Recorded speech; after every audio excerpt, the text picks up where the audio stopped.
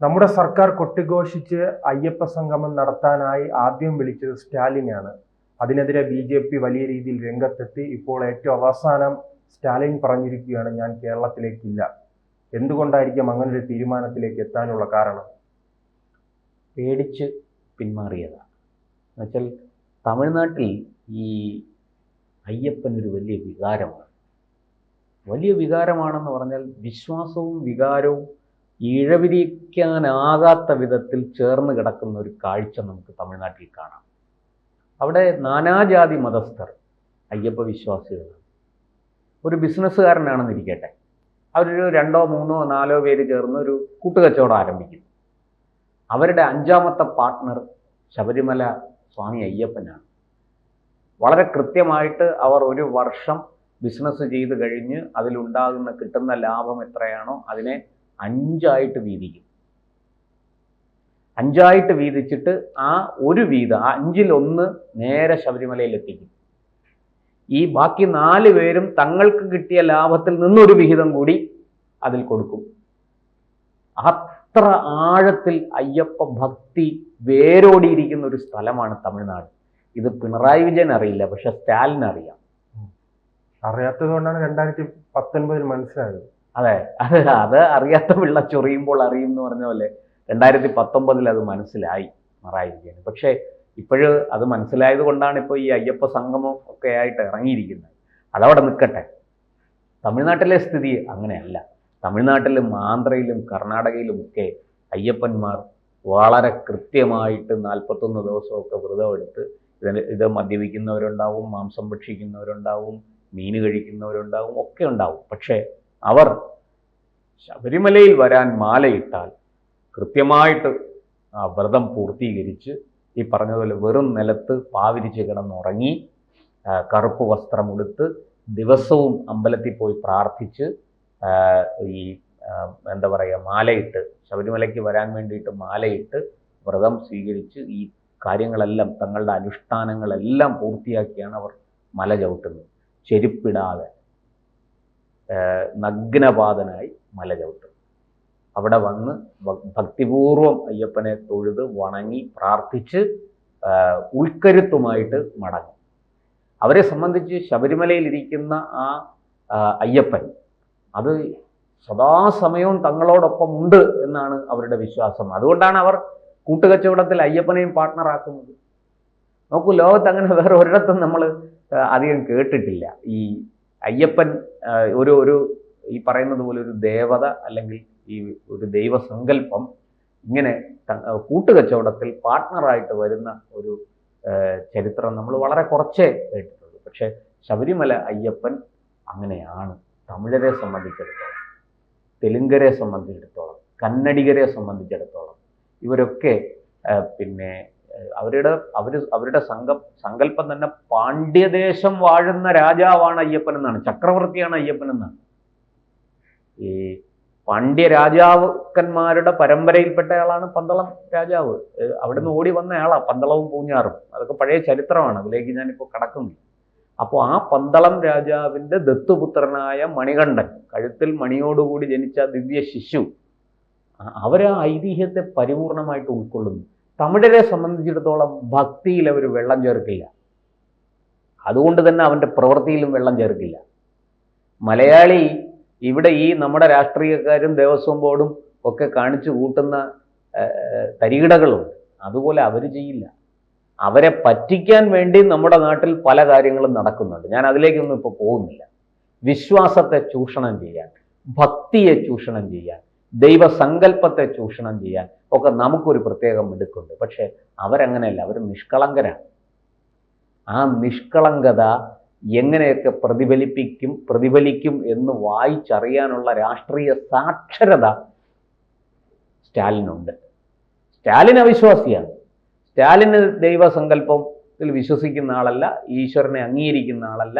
ഈ പറഞ്ഞ ഒരു ഐതിഹ്യത്തെയും ഒരു പുരാണത്തെയും ഒരു വേദത്തെയും ഒരു ഉപനിഷത്തിനെയും ഒന്നും പിന്തുടരുന്ന ആളല്ല. അയാളുടെ ഭാര്യ അമ്പലത്തിൽ പോവുമായിരിക്കാം, അതൊക്കെ വേറെ കാര്യം. സ്റ്റാലിൻ അങ്ങനെ ചെയ്യുന്ന ആളല്ല. പക്ഷേ ആ സ്റ്റാലിന് പോലും തമിഴ് മക്കളുടെ വികാരം, തമിഴ് ജനതയുടെ വികാരം മനസ്സിലാക്കാൻ അറിയാം. അത് കേരളത്തിൽ വളരെ വൈകിയാണ് ഇടതുപക്ഷവും മുഖ്യമന്ത്രി പിണറായി വിജയനും ഒക്കെ അത് തിരിച്ചറിഞ്ഞു തുടങ്ങിയത്. ഇപ്പോഴും പൂർണ്ണമായിട്ട് തിരിച്ചറിഞ്ഞിട്ടില്ല. ഇപ്പോഴും ഈ വിശ്വാസികളെയും ഭക്തരെയും കുത്തി നോവിക്കാൻ കിട്ടുന്ന ഒരവസരവും ഇവർ കളയാറില്ല. തമിഴ്നാട്ടിൽ ന്യൂനപക്ഷങ്ങൾ വളരെ കുറച്ചാണ്. ന്യൂനപക്ഷങ്ങളുടെ വോട്ട് കൊണ്ട് അവിടെ ജയിക്കാൻ പറ്റില്ല. അവിടെ ഈ മഹാഭൂരിപക്ഷം വരുന്ന ഹിന്ദുക്കളുടെ വോട്ട് കൊണ്ടേ അവിടെ ജയിക്കാൻ പറ്റുള്ളൂ. ആ ഹിന്ദുക്കളെ ജാതി പറഞ്ഞും ഒക്കെ തമ്മിലടിപ്പിക്കാം. അതൊക്കെ ചെയ്യും അവർ. രാഷ്ട്രീയക്കാരുടെ എല്ലാ കുതന്ത്രങ്ങളും അവർ പയറ്റും. പക്ഷേ അവരുടെ വികാരത്തെ, അവരുടെ വിശ്വാസത്തെ തൊട്ട് കളിക്കില്ല. അത് വ്രണപ്പെടുത്തുന്ന നടപടികളിലേക്ക് പോകില്ല. ഇപ്പൊ തന്നെ തമിഴ്നാട്ടിൽ നമുക്കറിയാമല്ലോ, സ്വാമി വിവേകാനന്ദന്റെ സ്മാരകമായിട്ട് വിവേകാനന്ദ പാറ കന്യാകുമാരിയിലുണ്ട്. കരുണാനിധി ഭരിക്കാൻ വന്നപ്പോഴല്ലേ അവിടെ തിരുവള്ളുവരുടെ കൂറ്റൻ പ്രതിമ കൂടെ വെച്ചത്. തിരുക്കുറൽ എന്ന് പറയുന്ന ഒരു സാഹിത്യം, തമിഴ് സാഹിത്യം, ആത്മീയമായ കാര്യങ്ങളെ ചർച്ച ചെയ്യുന്ന, മനുഷ്യജീവിതത്തിലെ മൂല്യങ്ങൾ പകർന്നു കൊടുക്കുന്ന ഒരു വലിയ സാഹിത്യകൃതിയാണ് തിരുക്കുറൽ.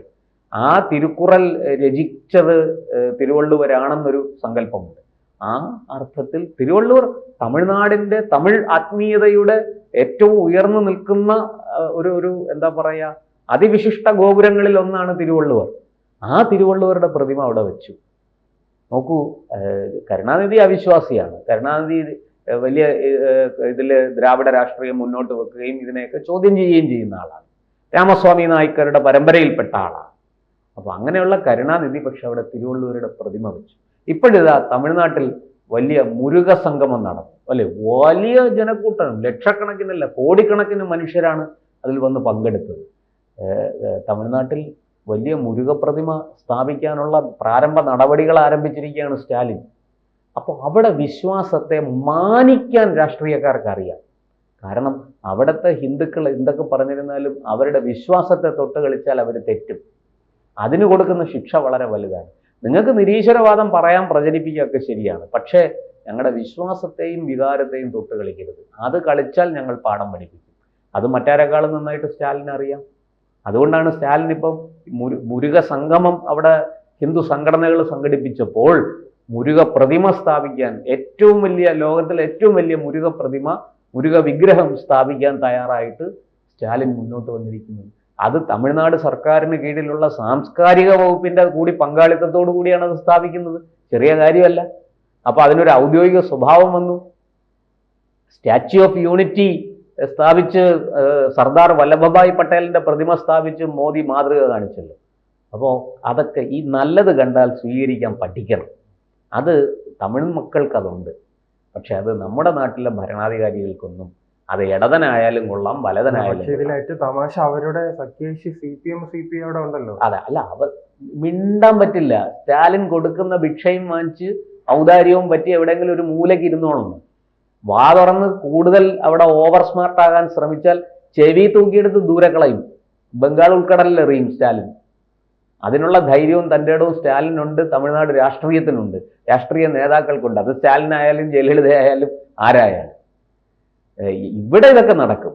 ഇവിടെ ഈ നിരീശ്വരവാദം പറഞ്ഞില്ലെങ്കിലും ഇവിടെ അയ്യപ്പനെ അവഹേളിക്കാൻ ഒരു പ്രത്യേക ഉത്സാഹമാണ്. ഹൈന്ദവ ബിംബങ്ങളെ അവഹേളിക്കാൻ, പരിഹസിക്കാൻ, അതിനു നേർക്ക് കാർക്കിച്ച് തുപ്പാൻ ഇവിടുത്തെ രാഷ്ട്രീയക്കാർക്ക് വലിയ ഉത്സാഹമാണ്. നമ്മളത് കണ്ടതാണല്ലോ. മീശ നോവലിന് അവാർഡ് കൊടുത്തപ്പോൾ ഇവിടുത്തെ ഇടതനും വലതനും കൂടി ആഘോഷപൂർവ്വം കൊണ്ടാടിയത് നമ്മൾ കണ്ടതാണ്. എന്താ ആ നോവൽ? ജാതിയൊക്കെ പോട്ടെ, ജാതിക്കാരെ ആക്ഷേപിക്കുന്നതൊക്കെ നമുക്ക് മനസ്സിലാക്കാം. പക്ഷേ വിശ്വാസികളെ, ക്ഷേത്ര വിശ്വാസികളെ അപമാനിച്ചത് നമ്മൾ കണ്ടു, അല്ലേ?